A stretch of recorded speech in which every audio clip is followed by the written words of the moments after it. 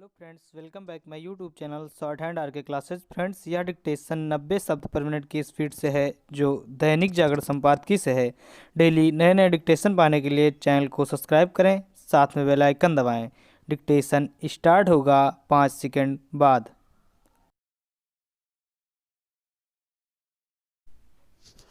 Start. Madhya Pradesh के पूर्व मुख्यमंत्री कमलनाथ ने भाजपा नेता इमरती देवी को लेकर बेतुकी टिप्पणी करके केवल राजनीति में ओझी भाषा के सवाल को फिर से सतह पर लाने का ही काम नहीं किया, बल्कि यह भी प्रकट किया कि सार्वजनिक जीवन में सक्रिय महिलाओं को किस तरह कदम कदम पर अपमान का सामना करना पड़ता है। इमरती देवी के खिलाफ अभद्र टिप्पणी पर कमलनाथ की सफाई स्वीकार नहीं की जा सकती। एक और वह यह कह रहे हैं कि उन्हें उनका नाम याद नहीं आ रहा था, और दूसरी ओर यह भी सफाई पेश कर रहे हैं कि उन्होंने उनके लिए जो कहा कहा वह तो संसदीय शब्द है। यदि ऐसा है तो क्या वह इस आधार पर इसी शब्द का इस्तेमाल कांग्रेस की महिला नेताओं के लिए करने की अनुमति प्रदान करेंगे कि उसका उपयोग तो संसद और विधानसभाओं में भी होता है। हो सकता है कि कमलनाथ इसके बाद भी इमरती देवी का नाम भूल गए हों कि कुछ समय पहले तक वह उनकी मंत्रिपरिषद की सदस्य थी, लेकिन क्या इस सूरत में उन्हें कुछ भी बोल देंगे?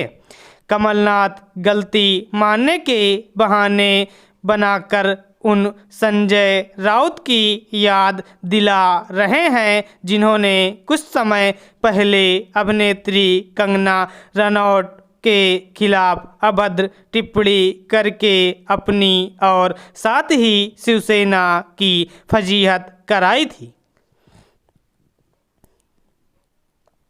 चूँकि इमरती देवी दलित समुदाय से आती हैं, इसलिए स्वाभाविक रूप से कमलनाथ की बेजा टिप्पणी दलित महिला के अपमान का मसला बन गई है। लेकिन यदि वह किसी अन्य समुदाय की होती तो भी उनके खिलाफ ओझी बात निंदा का विषय होती। नारी सम्मान के सवाल को दलित गैर दलित के खांचे में बांटने से बचा जाना चाहिए। किसी भी स्त्री का अपमान सहन नहीं किया जाना चाहिए, वह चाहे जिस समुदाय से हो।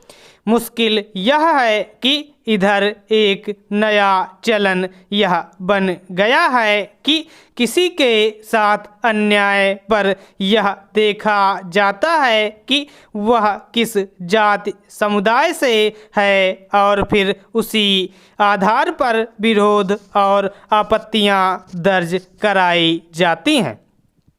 विरोध और आपत्तियों का एक आधार यह भी बनने लगा है कि अन्याय करने वाला किस जाति समुदाय का है।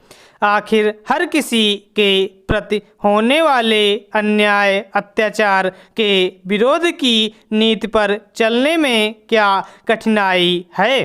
क्या यह कि उससे राजनीतिक हित कुछ कम सधते हैं?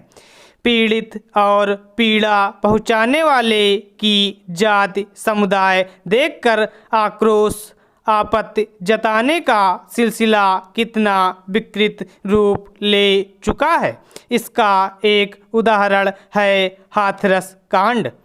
यह देखना बेहद दयनीय था कि हाथरस कांड पर आंसू बहाने वाले इसी तरह की अन्य घटनाओं पर एक शब्द भी कहने को तैयार नहीं थे। स्टॉप।